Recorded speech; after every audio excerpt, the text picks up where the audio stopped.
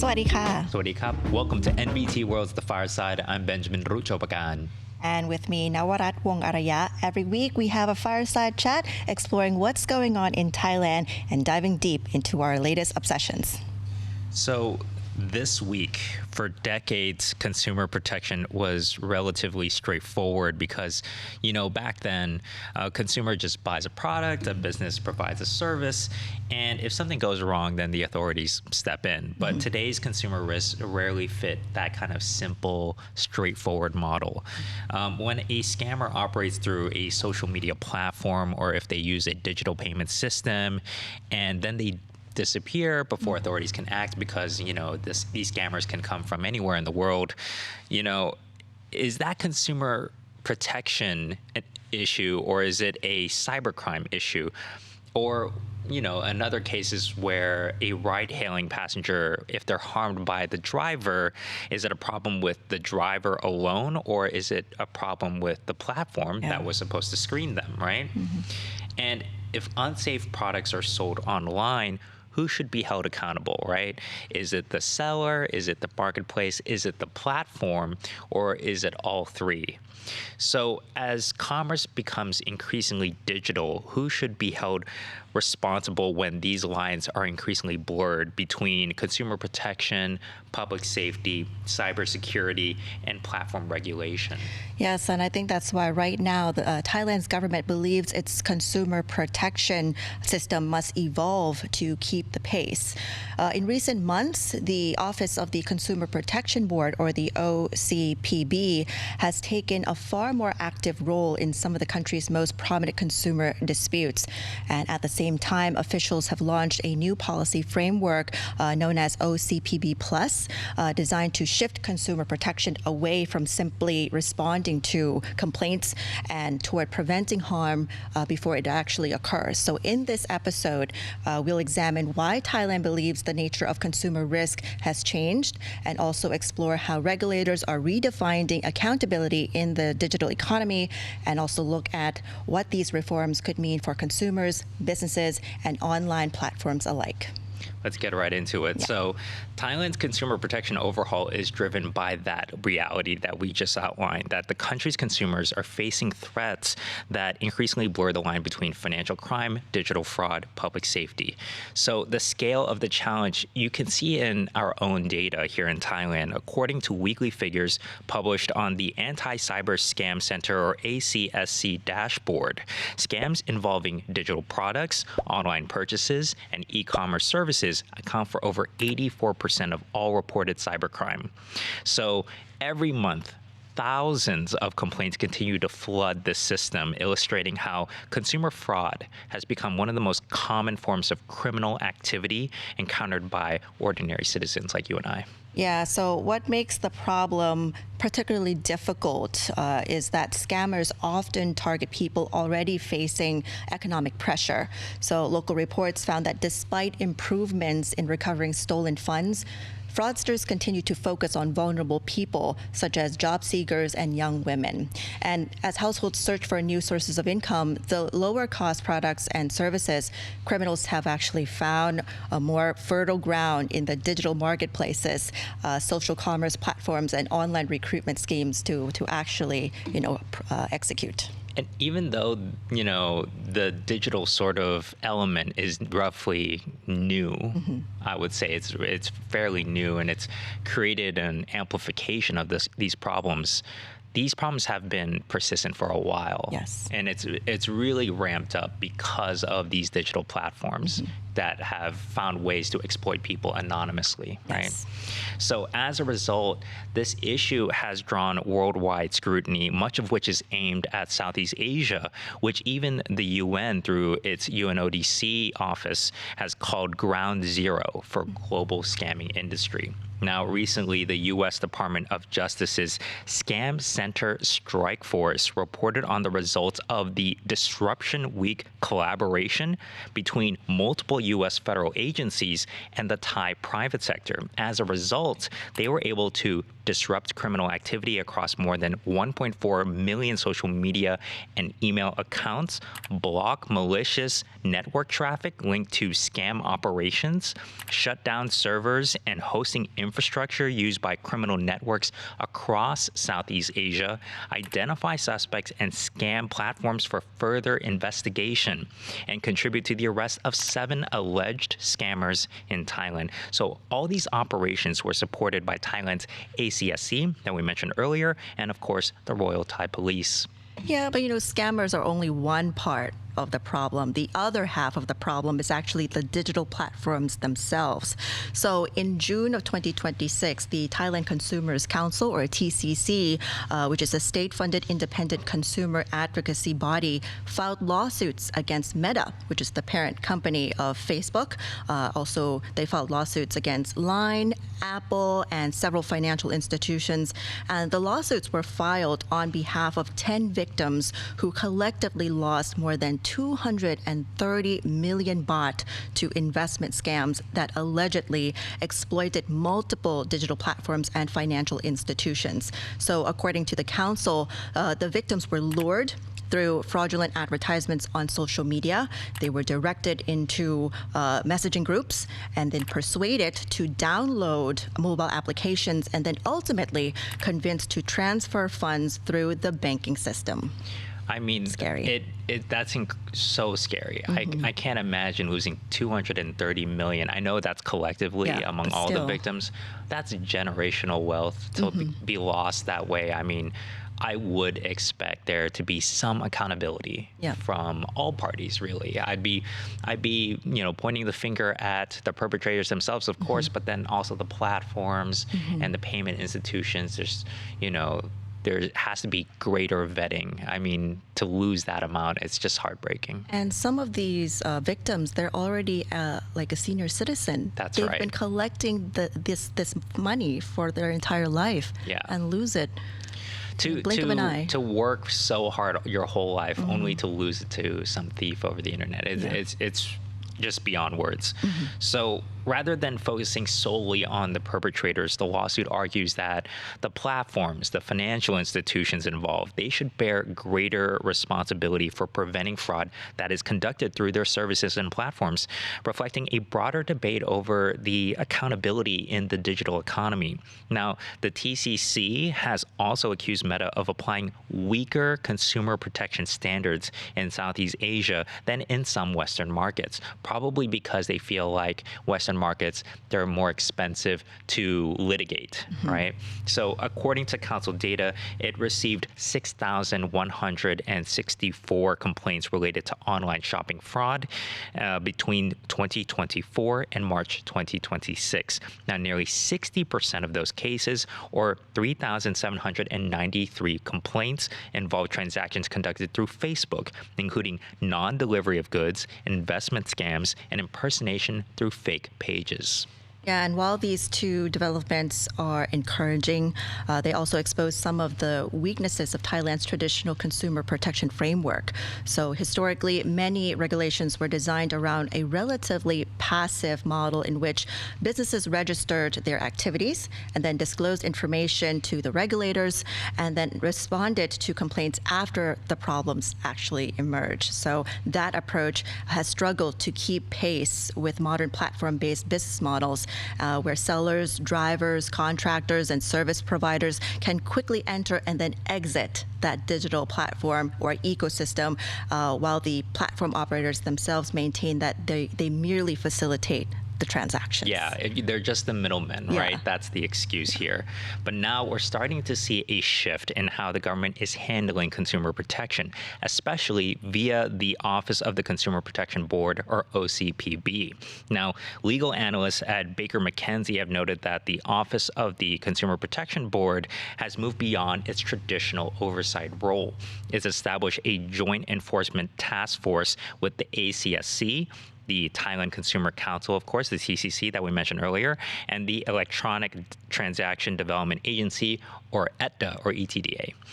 Now, the group has already launched pilot takedown initiatives aimed at removing unsafe products from online storefronts. Yeah, and we're already seeing results in both the e-commerce and the ride-hailing sectors as well. So as e-commerce continues to grow, complaints involving lost, damaged, or delayed shipments have become increasingly common. According to the OCPB, it received 424 complaints against delivery companies across the years 2025 and 2026, and with most involving parcels and disappeared during transportation. So consumers frequently reported receiving compensation far below the actual value of their losses, often because companies relied on reliability limiting clauses, which is buried in the service contracts, so that fine print. That fine print got Which them. is incredible because some of these products, they can go for like tens of thousands of baht, and then to have a liability limiting clause that limits your payout to maybe a couple thousand, it's completely unfair, unacceptable.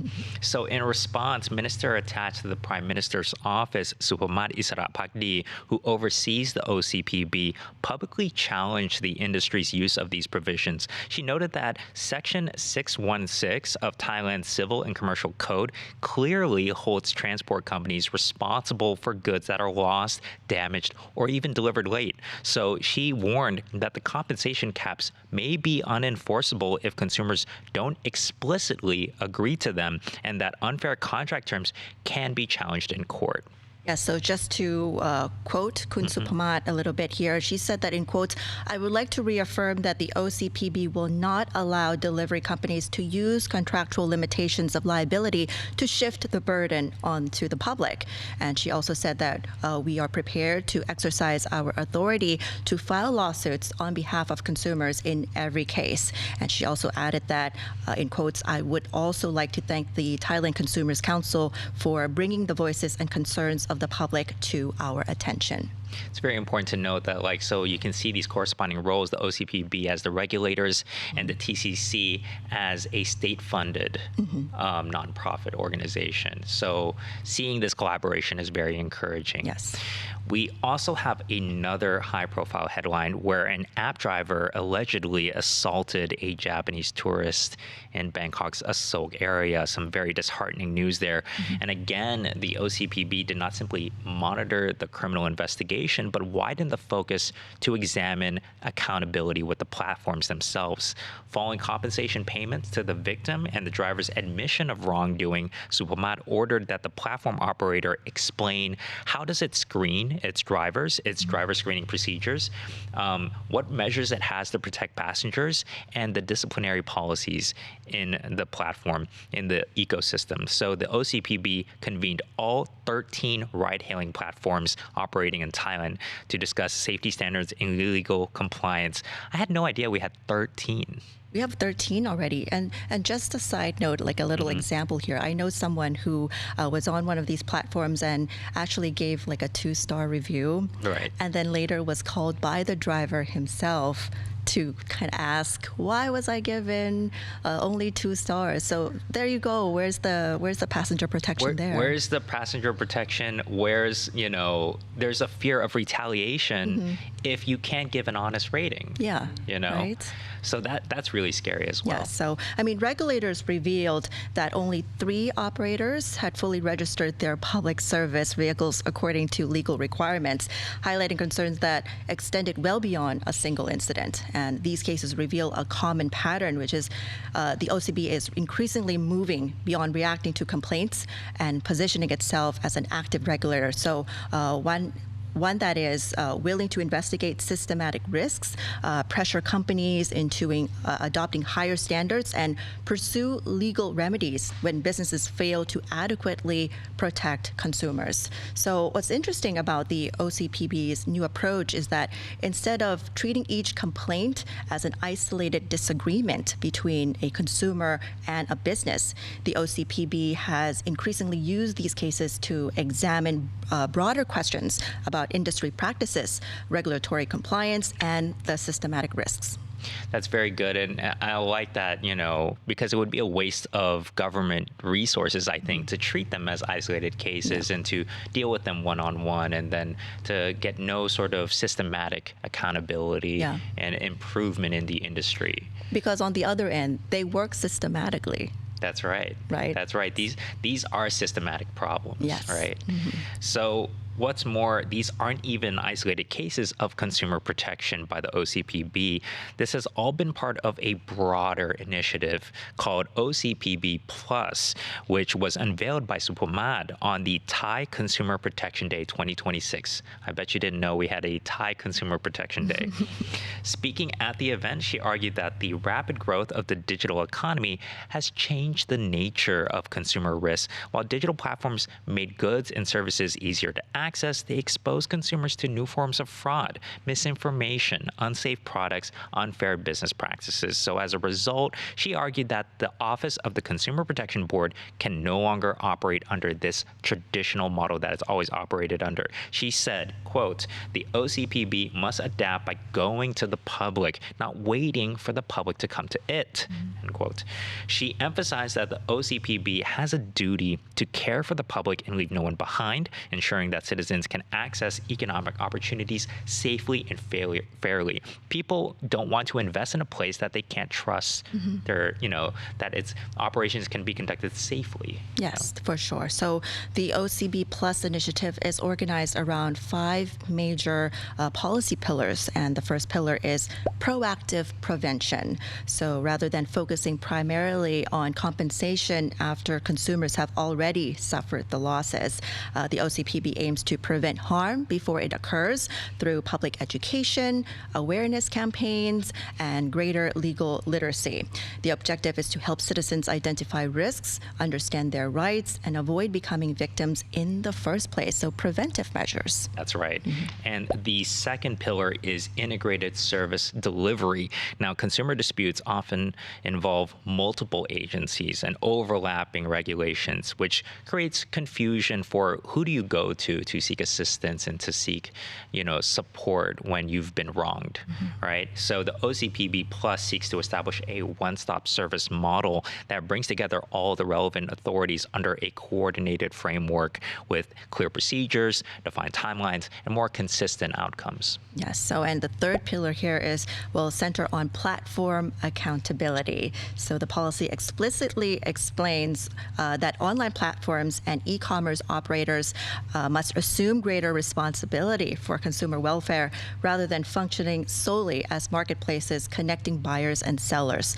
The principle reflects the government's broader push to hold platforms accountable for the conduct occurring within their ecosystems. So they have to have their own regulations and policies to ensure that, this doesn't happen in the first place. You have to make it a cost to the business if the business is to align the consumer's interests with their own interests, right? So the fourth pillar here is technology and AI. Now, the OCPB is expanding its use of AI to detect unfair advertising, identify illegal goods and services, analyze complaint patterns, and monitor high-risk business behavior. We always hear about AI in somewhat of a negative light. We always hear about deep fakes and AI-generated images fooling people online. Well, AI is a tool. It can be used for both good and bad, and this time we're using it to fight perhaps AI against AI. Just reduce the manpower, something that humans can't detect. That's true. AI could help with that. To process all of the data they're collecting, right? So officials believe that these tools can help regulators identify emerging problems more quickly and intervene before consumer harm becomes more widespread. The technology strategy also extends to public services. So under OCPB Plus, the government plans to upgrade the 1166 Consumer Protection Hotline. So if you have ever had a problem with a consumer complaint, then you can call 1166 to operate around the clock and expand the OCPB Connect chat chatbot and integrate complaint management with the highly successful Trafi Fondue platform as well. So the goal is to create a more responsive system in general that allows consumers to report problems, track progress, and access assistance through multiple channels. In a timely manner. Yes. Yes. So, and finally, the fifth pillar here will focus on governance and institutional credibility. Kun Supamat stated that the OCPB should function as a white organization guided by transparency, accountability, integrity, and a citizen-centered approach. The policy emphasizes freedom from corruption, conflicts of interest, and discriminatory practices, reflecting an understanding that consumer confidence depends as much on trust in regulators as it does on the enforcement itself.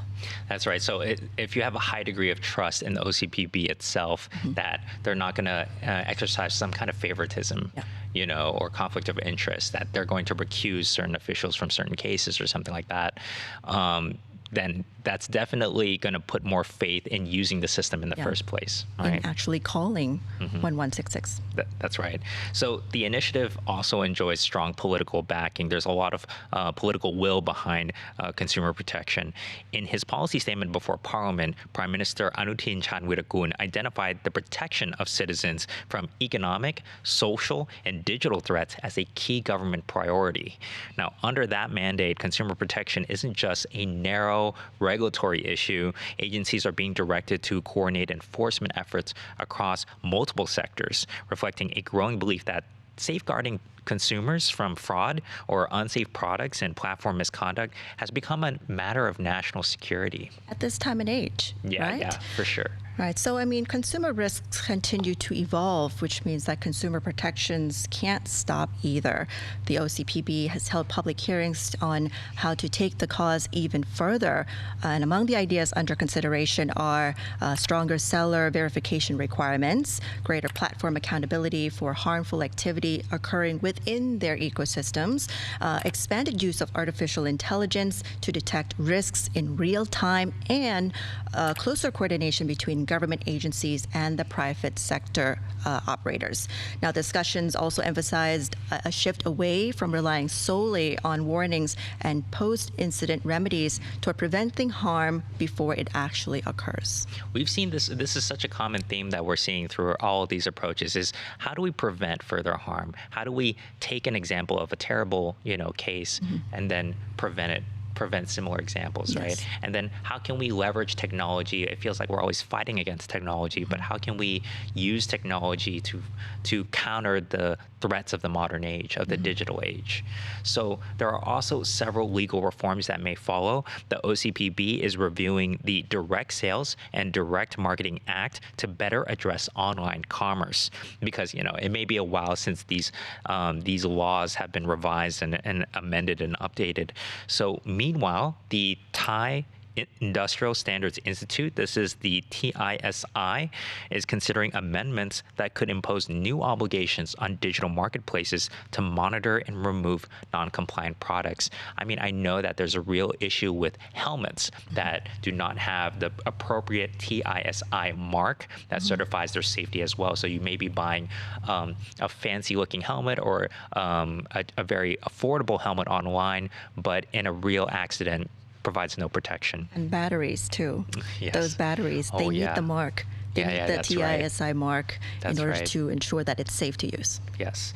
Now, consumer advocates have also proposed giving regulators more authority to order platforms to take action against online threats and to share responsibility for the damages suffered by the users. Now, although many of these proposals, they're still under review, they point toward a future in which online platforms are expected to play a more active role in consumer protection rather than serving solely as intermediaries mediating between buyers and sellers. I think that we saw a real golden age of growth for online platforms. We saw like Lazada and Shopee and all the rest of it, they grew so much, and it felt like this is a new golden age of accessible services and accessible deliveries, same-day deliveries, all the rest of it. It was a real sort of Amazon-esque kind of revolution in Thailand.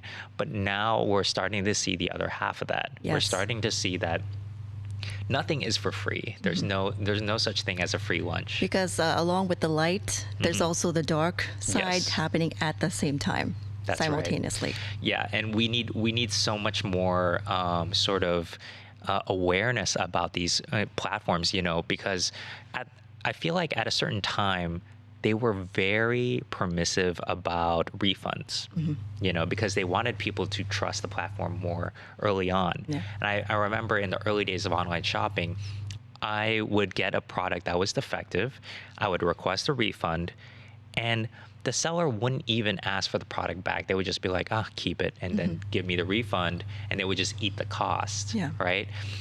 Which now there is so much, fraud, perhaps on the consumer side even. Sometimes consumers, they just want a free product and they just ask for a refund and they get it no matter what. So there is a lot more sort of sophistication in the fraud. They're getting used to the platform. They're getting used to ways to exploit it.